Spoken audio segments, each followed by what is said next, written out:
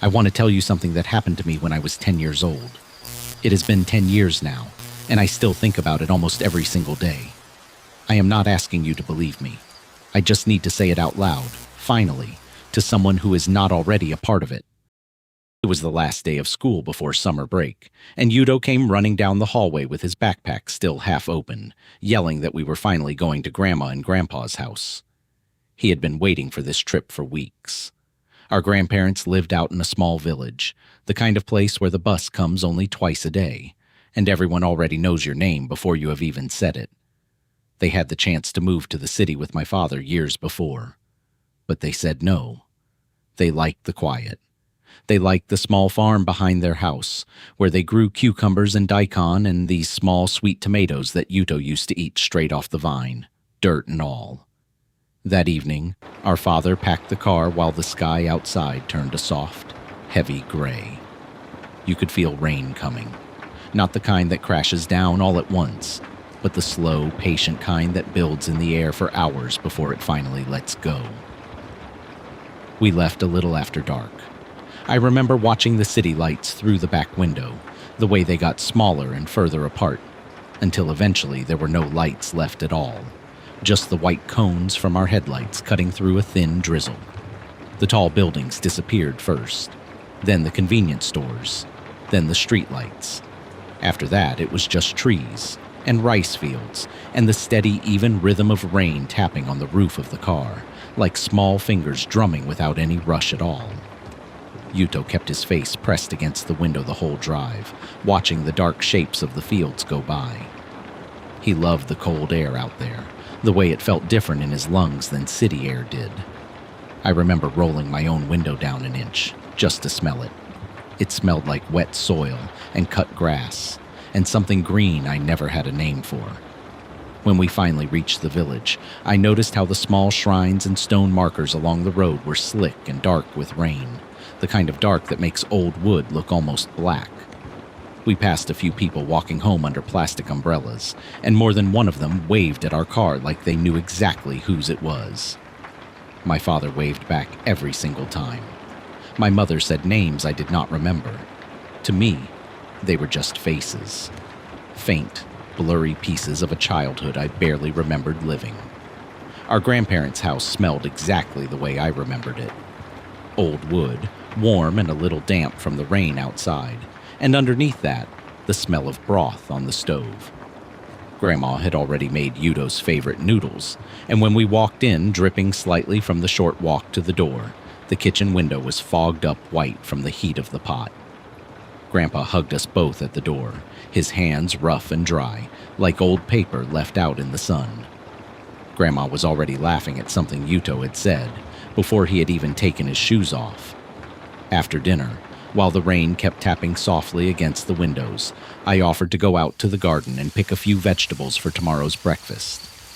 It was something I used to do as a kid, and some part of me wanted to feel that small, ordinary task again, the way you put on an old shirt and find it still fits exactly the same. Yuto stayed behind in the warm kitchen, telling Grandma about school, his friends, some teacher he did not like. I could hear his voice trailing behind me as I stepped outside, fading slowly into the wet, heavy air and into something closer to mist by the time I reached the garden.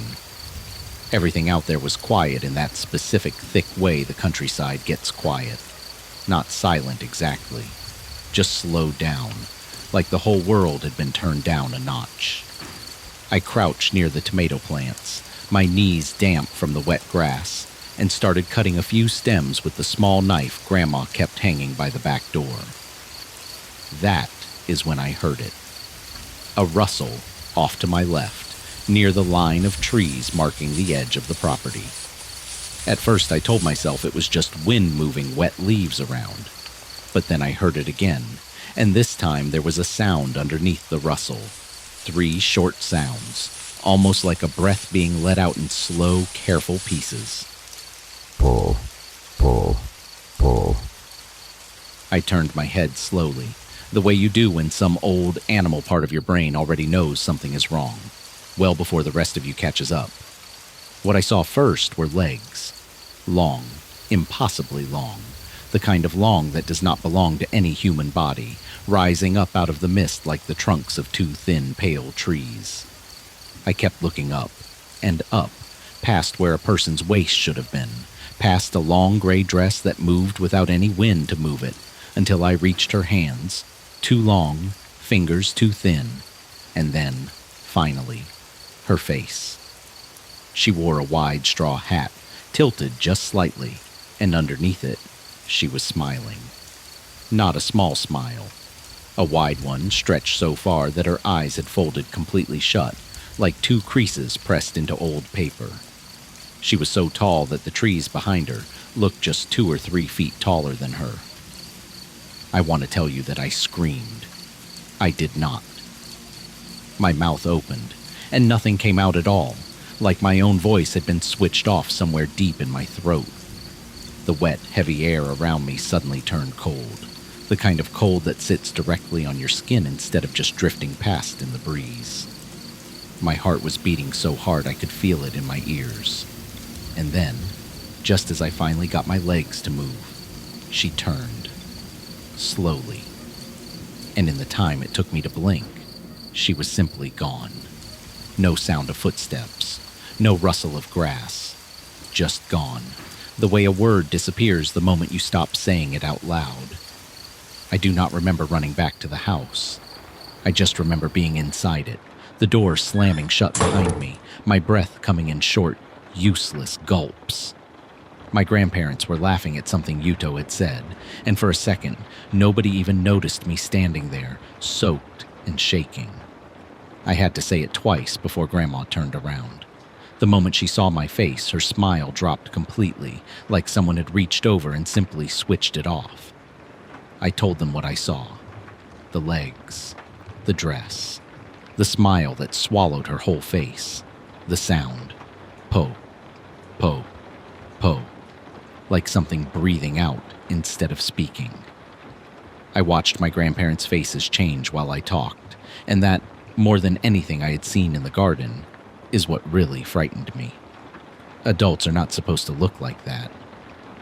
Grandpa's face went pale and still, the way water looks right before it freezes. Grandma's hands started shaking slightly as she reached for the telephone on the wall. Grandpa left without saying much, just grabbed his coat and went straight out into the wet night, toward the small shrine down the road. Grandma made a call I could not fully follow, her voice low and fast. Nobody explained anything to me yet. I just sat at the table, still dripping, while Yuto watched from the doorway, confused, holding his half-eaten bowl of noodles. When Grandpa came back, his coat heavy with rain, he was carrying a small wooden bowl of salt and a handful of thin paper talismans from the monks at the shrine, the kind with thick black writing pressed into pale paper. That is when Grandma finally told me the word. Hachishakusama. A spirit, she said, that comes for young children. Once she sets her eyes on you, she does not simply leave. She follows, she waits, and she makes that sound. Pull, pull, pull. Like a slow, patient kind of knocking that never quite stops. For one night, she said, I had to follow certain rules to stay safe, exactly the way the monks had described them. We told Yuto a simpler story instead, that I was feeling sick and needed a separate room so he would not catch a cold. He believed it instantly, the way younger brothers do. They even placed a talisman in the room where he and our grandparents would sleep that night, just to be careful. Grandpa poured small mounds of salt into each corner of my room and along the windowsill, where thin lines of rain kept tracing slow paths down the glass. He taped sheets of newspaper over the windows from the inside, layer after layer, until the gray evening light outside turned into a soft, dim haze. Then he pressed the talismans against the door and the window frames, smoothing each one down with both hands. The instructions were simple. I was not to open the door for any reason, no matter what I heard, until exactly 7:30 the next morning. Grandma left a small plate of rice crackers by my futon in case I got hungry. I drank only a little water, just enough to wet my throat, because I did not want any reason at all to need the bathroom before morning. After they left, I pressed 3 of my own talismans against the door. Outside, the rain had picked back up, falling in that heavier, steadier rhythm now, drumming against the tin roof in long, even waves. I tried reading a book by the small lamp beside my futon, though I could not tell you a single word that was actually on the page. My eyes kept sliding off the sentences and back toward the door. Then came the knock. Soft at first, 2 slow knuckles against the wood. キコ、大丈夫ですか?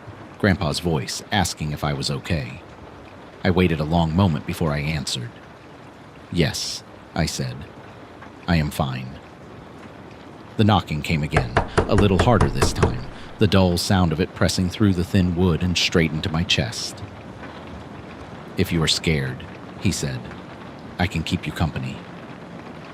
Something in his voice sounded strange, too eager, too desperate, in a way my real grandfather never once sounded, not even when he was worried about me. I did not answer again.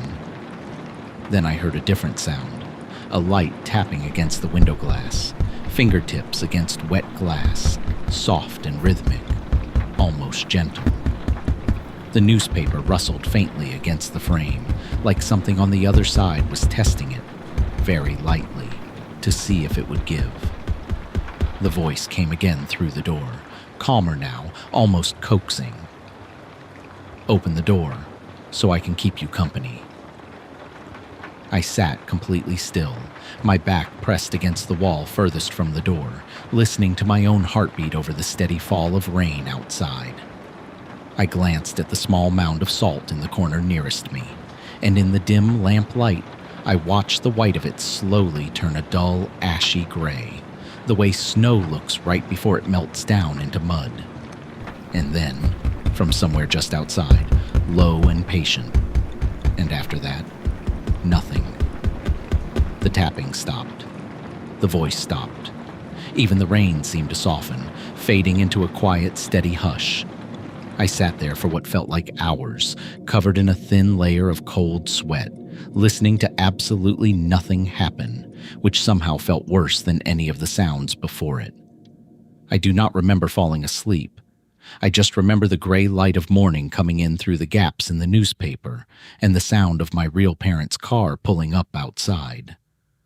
We left in a hurry that morning. My parents did not ask too many questions, not in front of Yuto anyway, but I was handed a talisman to keep with me for the drive home, tucked carefully into my coat pocket. I remember looking back at the house as we pulled away, trying to memorize every small detail of it. The wet roof tiles, the fogged kitchen window, the line of trees at the edge of the garden, because some part of me already knew I was not going to come back. And I did not. Neither did Yuto. For 10 years, I read everything I could find about her. Old forum posts, half-remembered local stories, anything that might explain what I had seen, or maybe even explain it away completely. I told myself I was looking for answers. Really, I think I was just looking for a reason to go back and see my grandparents again, a way to make the village feel safe in my memory instead of the way it had actually felt that night. My grandfather passed away 3 years ago. He left strict instructions, apparently, that Yuto and I should not attend the funeral. We did not ask why. By then, some part of both of us already understood that there were things about that village we were better off not questioning out loud. A few weeks ago, I got a phone call from my grandmother. She told me that since Grandpa died, she had been feeling lonely out there by herself, and asked, gently, if I might be able to come stay with her for a while, just to keep her company. I paused for a long moment before answering. It was not that I did not want to see her. It was just that I kept thinking about how reluctant they had both been before, how firmly they had told us to stay away. And now, suddenly, after all these years, she was the one inviting me back. Before I could say a single word in response, her voice changed. You should have opened that door. I was only asking for company. Why did you run?